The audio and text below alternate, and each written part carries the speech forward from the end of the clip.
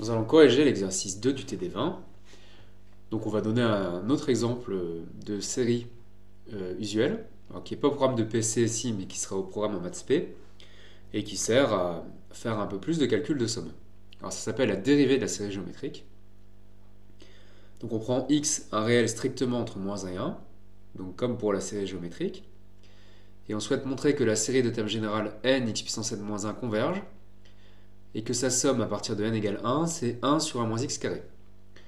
Alors quel rapport avec la série géométrique? La série géométrique, on sait que si x est entre moins 1 et 1, la série des x puissance n est convergente, et que la somme pour n allant de 0 à plus l'infini des x puissance n, c'est 1 sur 1 moins x. Si on dérive par rapport à x des deux côtés, la dérivée de 1 sur 1 moins x, c'est 1 sur 1 moins x carré, et la dérivée de la somme des x puissance n pour n allant de 0 à plus l'infini, eh bien, on perd le premier terme, parce que la dérivée de 1, c'est 0, donc la somme commence à 1, et la dérivée de x puissance n, c'est n x puissance n moins 1.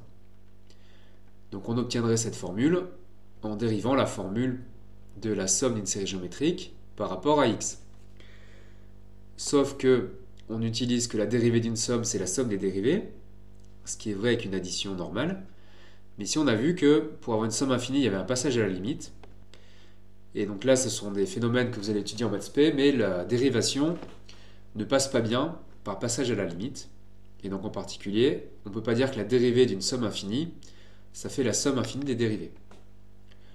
Donc le raisonnement est faux, il donne le bon résultat, mais il est faux, donc on va faire autrement.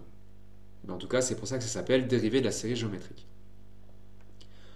Alors, première méthode qu'on vous suggère, c'est d'écrire que x puissance n, c'est n plus 1 x puissance n moins n x puissance n. L'idée étant bien sûr de faire apparaître une somme télescopique. Donc là, on va passer par les sommes partielles, puis faire un passage à la limite. Alors, on peut déjà régler le problème de la convergence. Si je fais n cube x puissance n moins 1, et que x est entre moins 1 et 1, par croissance comparée, je sais que ça converge vers 0. Donc n x puissance n moins 1 est un petit taux de 1 sur n carré, et donc comme on l'a appris à le faire dans le premier exercice, on sent déduire que la série est convergente. Donc ça c'est réglé. Alors ensuite on introduit les sommes partielles, et on utilise la petite astuce qui est suggérée dans l'énoncé, donc x puissance k, c'est k plus 1 x puissance k moins k x puissance k. Donc si on fait la somme pour k allant de 1 à n, de tout ça, ici on peut couper en deux sommes par linéarité de la somme. Ici, donc là on ne voit pas très bien le télescopage, parce que si on a k plus 1 x puissance k, ici il faudra avoir k x puissance k moins 1. Donc c'est pas tout à fait un télescopage qui se simplifie tout de suite. Donc on va plutôt faire des calculs précis. Alors l'idée c'est de faire apparaître k, enfin ici, la même chose qu'ici. Donc on peut changer d'indice, on peut poser k' égale k plus 1. Donc on se retrouve avec la somme pour k allant de 2 n plus 1 des k x puissance k moins 1. Ici c'est k x puissance k, on voit que si on met x en facteur, ça se ressemble pas mal. Donc on essaie de faire apparaître notre somme partielle Sn. Donc ici, le terme général est correct. Par contre, il y a un problème avec les bornes, donc on rajoute le terme en k égale 1 ici, et on enlève le terme en k égale n plus 1. Donc ça fait Sn plus n plus 1 x puissance n moins 1. Et ici c'est moins x, et ici c'est exactement Sn. Donc on arrive là. Donc on met Sn en facteur.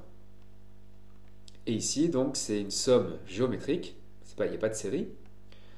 On a une formule qui dit qu'elle est égale à ceci. Le x qui est devant, c'est le premier terme, puisque la somme ne commence pas à 0. Donc là, on isole Sn. Hop, en fait, on a réussi à calculer notre somme partielle. Donc ensuite, pour avoir la somme de la série, il faut faire tendre n vers plus l'infini. Donc ça, c'est une constante. Il y a du n ici. Et il y a du n ici. Donc ici, x puissance n plus 1 tend vers 0, puisque x est entre moins 1 et 1, et on a une suite géométrique. Ici, c'est n plus 1 fois x puissance n, donc ça fait l'infini fois 0, mais on sait par croissance comparée que ça fait 0. Donc après, par somme de limites, on trouve que Sn tend vers ceci, qui fait 1 sur 1 moins x au carré. Et donc notre somme de série, c'est 1 sur 1 moins x au carré. Alors deuxième méthode, c'est de dériver. Alors, comme je vous l'ai dit, on ne peut pas dériver une somme infinie. Donc ce qu'on va faire, c'est qu'on prend les sommes partielles. Là, on peut dériver par rapport à x des deux côtés. Et ensuite, on va passer à la limite. Donc on dérive d'abord, on passe ensuite à la limite. Alors que quand vous voulez dériver une somme infinie, vous êtes d'abord passé à la limite et vous voulez dériver après. Donc dans ce sens-là, c'est pas possible. Alors on recommence, donc on fixe n à un entier. Si on fait la somme des x puissance k pour k allant de 0 à n, c'est une somme géométrique de raison x, ça fait ceci. On dérive par rapport à x. Donc à gauche, il faut se rappeler là dans le chapitre sur les polynômes, le terme en k égale 0, c'est x puissance 0 qui fait 1. Quand on dérive, il s'annule. Donc la somme commence à 1. Et la dérivée de x puissance k, c'est kx puissance k moins 1. Et la dérivée d'une somme, c'est la somme des dérivées, puisqu'ici, c'est une somme finie, il n'y a pas de problème. À droite, c'est la dérivée d'un quotient, donc ça ne fait pas un truc très simple. On peut un peu simplifier sous cette forme. Pour avoir la somme de la série, on fait tendre n vers plus l'infini. Donc c'est les mêmes arguments que dans la première question. Donc ces deux suites convergent vers 0. À chaque fois, c'est l'infini fois 0, mais les croissances comparées nous disent que c'est 0. Et donc ici, on trouve que la limite est 1 sur 1 moins x au carré.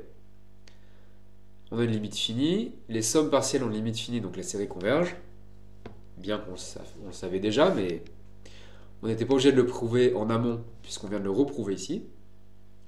Et ensuite, la somme de la série, c'est la limite qu'on a trouvée. Donc c'est une deuxième méthode.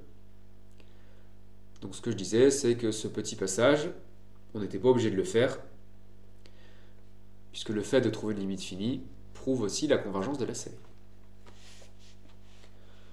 Donc, l'année prochaine, vous le connaîtrez par cœur. En PCSI, si vous le rencontrez en devoir, l'énoncé va vous proposer une méthode pour le redémontrer. Donc, vous n'aurez pas à l'utiliser comme ça, hein. L'exercice vous le fera redémontrer avant d'avoir à l'utiliser.